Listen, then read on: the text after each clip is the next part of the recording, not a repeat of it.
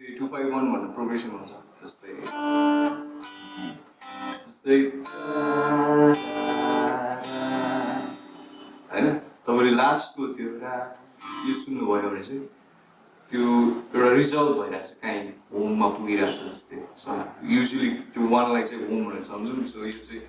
251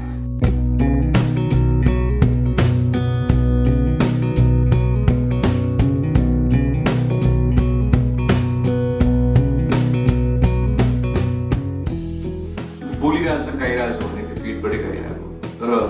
exactly भन्नु खोजेको चाहिँ के भन्दाखेरि हाम्रो यहाँ जुन चाहिँ सोलर प्लेक्सस हुन्छ त्यसले चाहिँ हाम्रो एयर कन्ट्रोल गर्छ होइन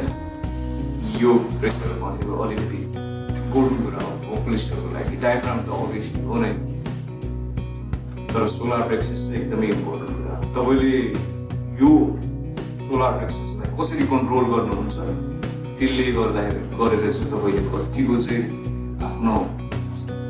यो जुन चाहिँ पेटमा छ त्यहाँ भएको एयरलाई चाहिँ कतिको चाहिँ कन्ट्रोल गरेर फ्याल्नुहुन्छ त्यसमा फरक पर्छ